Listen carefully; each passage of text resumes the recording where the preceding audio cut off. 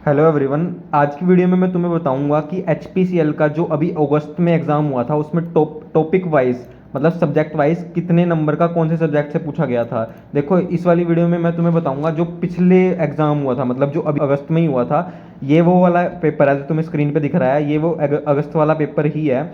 इसमें मैं तुम्हें बताऊंगा कि कितने नंबर का कौन से सब्जेक्ट से क्वेश्चन आए थे। ठीक है, टेक्निकल का भी बताऊंगा और नॉन टेक्निकल का भी बताऊंगा। लेकिन उससे पहले मेरे को तुम ये बताओ कि तुम कितने घंटे दिन का पढ़ रहे हो। अगर जितना भी पढ़ रहे हो, चाहे 2 घंटे पढ़ रहे हो, 3 घंटे पढ़ रहे हो, मैं ये नहीं कह रहा हूँ कि तुम्हें 10 घंटे पढ़ना जरूरी है, लेकिन अगर 2-3 घंटे पढ़ रहे हो तो वो इनफ है, कोई दिक्कत वाली बात नहीं है। लेकिन अगर तुम बिल्कुल भी नहीं पढ़ रहे हो, कुछ भी नहीं कर रहे हो दिन भर, और एक्सपेक्ट कर रहे हो तुम फॉर्म भर के तुक्के से ये वाला एग्जाम क्लियर कर दोगे, तो वो नहीं होने वाला मेरे भाई। पहले ही बोल रहा हूँ, तुम्हें कम से कम 2-3 घंटा तो पढ़ना ही पड़ेगा दिन में, तभी क्लियर हो पाएगा ये वाला एग्जाम। नहीं तो उसके बिना कोई उम्मीद मत रखना। और अगर बिल्कुल भी कुछ नहीं पढ़ पा रहे हो, कहीं से कुछ नहीं पता कि कैसे तैयारी करनी है, क्या कहाँ से स्टार्ट करें, कैसे क्या सिलेबस है, कितना कुछ है, तो तुम्हें डिस्क्रिप्शन में और पिन कमेंट में लिंक दे रखी है मैंने। देखो, ये स्ट्रक्चरली ई बुक बना रखी है पूरी की पूरी, A to Z सारा सिलेबस कवर है इसमें। जितना भी एचपीसीएल में एग्जाम में पूछे जाने वाला है टेक्निकल का, सिर्फ नॉन टेक्निकल का नहीं है ये, सिर्फ टेक्निकल का सिलेबस है।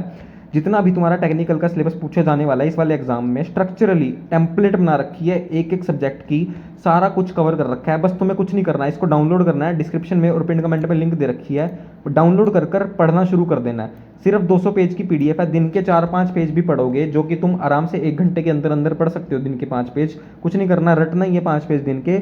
आराम से एक एक सब्जेक्ट सारा क्लियर करते जाओगे और तुम्हारे पूरा का पूरा, तुम्हें 40 दिन के अंदर अंदर तुम्हें पूरा का पूरा टेक्निकल सिलेबस खत्म भी हो जाएगा और तुम्हें पता भी नहीं लगेगा।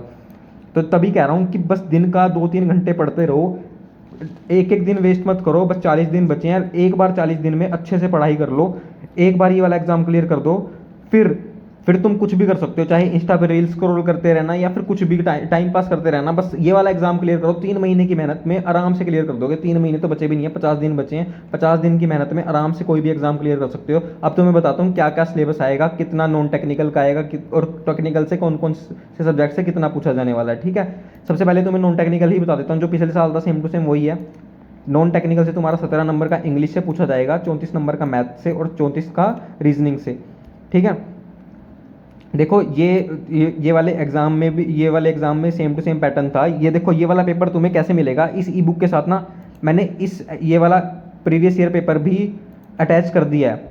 तो जब तुम ये ई बुक डाउनलोड कर लोगे तो तुम ये वाला पीडीएफ भी आराम से साथ के साथ तुम्हारी डाउनलोड हो जाएगी। और यही नहीं, इसमें मैंने एचपीसीएल के पूरे 5 पेपर अटैच कर दिए हैं। मतलब इस ये ई बुक तुम डाउनलोड करोगे, इसके साथ तुमको 5 एचपीसीएल के पेपर और मिल जाएंगे प्रीवियस ईयर के। ठीक है, तो तुम्हें और भी आइडिया लग जाएगा कि कैसा पेपर आता है। प्रीवियस ईयर सोल्व करोगे तो आराम से तुम्हें पता लग जाएगा कि हाँ, इस तरह के क्वेश्चन पूछे जाते हैं। तो प्रीवियस ईयर जरूर पढ़ लेना। ठीक है, तो प्रीवियस ईयर भी तुम्हें इस वाली ई बुक के साथ मिल जाएंगे, डिस्क्रिप्शन में और पिन कमेंट में लिंक दे रखी है, वहाँ से जाकर डाउनलोड कर लेना। अब देखो, नॉन टेक्निकल का तुम्हें बता दिया है, ये 3 सब्जेक्ट पूछे जाएंगे। लास्ट के 40 दिन बचे हुए हैं, 50 दिन बचे हुए हैं, तो इंग्लिश को मत ही छेड़ना। मैं हमेशा एडवाइस करता हूँ लास्ट में इंग्लिश मत छेड़ा करो, क्योंकि तुम्हें अगर कॉन्फिडेंस है खुद पर कि तुम 17 में से 10 नंबर ले आओगे, तो लास्ट के तुम कितना ही कर लोगे लास्ट में इंग्लिश को। अगर तुम इतनी वोकेबलरी है, बहुत होती है वोकेबलरी, तुम कवर नहीं कर पाओगे। ज़्यादा से ज़्यादा 10 की जगह तुम्हारे 12 नंबर आ जाएंगे अगर तुम बहुत ज़्यादा तैयारी कर लोगे। तो 2 नंबर के पीछे तुम अपना मैथ्स और रीजनिंग मत छोड़ना। ये दोनों मेन सब्जेक्ट है, और सबसे ज़्यादा क्वेश्चन भी इसी सब्जेक्ट से पूछे जाने वाले हैं। तो ये वाले तुम अब अच्छे से क्लियर कर लेना, यूट्यूब से तुम्हें आराम से क्लियर कर सकते हो ये दोनों सब्जेक्ट। ठीक है, तो नॉन टेक्निकल तुम यहाँ से क्लियर कर सकते हो। अब आते हैं टेक्निकल के। टेक्निकल का तुम्हें बता रखा है मैंने, ई बुक की लिंक डिस्क्रिप्शन में और पिन कमेंट में है, तो वहाँ से डाउनलोड कर लेना। ठीक है, अब तुम्हें ये वेटेज बता देता हूँ, कितने क्वेश्चन तुम्हारे पूछे गए थे पिछले इससे पेपर से। ठीक है, सबसे ज़्यादा क्वेश्चन जो पूछे गए थे, 15% वेटेज था सिर्फ इस एक सब्जेक्ट का, फ्लूइड मैकेनिक्स का, जिसके 6 से 8 क्वेश्चन पूछे गए थे। ठीक है, तो फ्लूइड मैकेनिक्स जरूर कर लेना। हीट ट्रांसफर के तुम्हारे 5 से 6 क्वेश्चन पूछे गए थे। मास ट्रांसफर के तुम्हारे 5 से 6 क्वेश्चन पूछे गए थे। और तुम्हारे इन्वायरमेंटल स्टडी, ये इन्वायरमेंटल सेफ्टी के, फायर सेफ्टी के तुम्हारे 6 क्वेश्चन पूछे गए थे। तो तुम ये 4 सब्जेक्ट ही करके जाओगे ना। अगर तुम ये तुम्हारा 4 सब्जेक्ट भी मेन है, तो तुम अराउंड 40% सिलेबस इन 4 सब्जेक्ट में ही कवर कर लोगे। तो ये 4 सब्जेक्ट तो तुम्हारे अच्छे से क्लियर होने ही चाहिए। उसके अलावा तुम्हें पता ही है, सीआरई से 4-5 क्वेश्चन आए थे, फिर बाकी सब सब्जेक्ट से 4-5 क्वेश्चन आते हैं, 3-4 क्वेश्चन पूछ लिए जाते हैं। प्लान डिज़ाइन से भी 3-4 क्वेश्चन आए थे। देखो प्लान डिज़ाइन भी करके चले जाया करो, क्योंकि प्लान डिज़ाइन काफ़ी छोटा सब्जेक्ट है और उससे तुम आराम से 4-5 क्वेश्चन स्कोर कर सकते हो, तो प्लान डिज़ाइन को भी मत छोड़ा करो। और जो तुम्हारे मेन सब्जेक्ट हैं, हीट ट्रांसफर, मास ट्रांसफर और फ्लूइड मैकेनिक्स और फायर एंड सेफ्टी तो भाई तुम 2 घंटे के अंदर अंदर क्लियर कर सकते हो, और इतना ज़्यादा स्कोरिंग सब्जेक्ट है ये, तो फायर सेफ्टी जरूर करा करो। वैसे तो मैंने सारा कुछ इस ई बुक में कवर कर रखा है A to Z, ये सारे के सारे सब्जेक्ट जितने भी इसकी थ्योरी है, सारे के सारे MCQ भी सब कुछ कवर कर रखा है इस ई बुक PDF में। तुम इस वाली PDF को जरूर पढ़ के जाना। क्वालिफाइंग नंबर तुम्हें पता ही है, 102 नंबर क्वालिफाई के लिए तुम्हें मार्क्स चाहिए, जिसमें से 50% तुम्हारे टेक्निकल में आने ही चाहिए। तो 50% अगर टेक्निकल में नहीं आए तो तुम चाहे नॉन टेक्निकल में जितना मर्जी स्कोर कर लो, तुम्हारा कुछ फायदा नहीं रहेगा, तुम कट ऑफ भी नहीं कर, तुम्हारे क्वालिफाइंग ही नहीं माना जाएगा। तो तुम्हें टेक्निकल में 50% नंबर लाने ही पड़ेंगे। तो टेक्निकल वाला पोर्शन तुम्हारा बहुत ज़्यादा स्ट्रॉन्ग होना चाहिए, ये बात ध्यान रखना।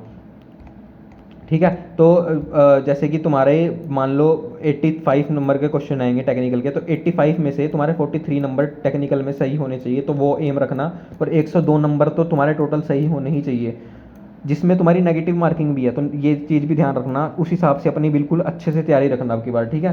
तो ये तुम्हारा टॉपिक वाइज वेटेज था। अगर तुम्हारा कोई डाउट रह गया तो तुम कमेंट सेक्शन में बता देना मुझे, कुछ भी पूछ सकते हो, मैं तुम्हारा हर एक कमेंट का रिप्लाई दूंगा। और ये जरूर बताना आज तुम कितने घंटे पढ़ रहे हो दिन का।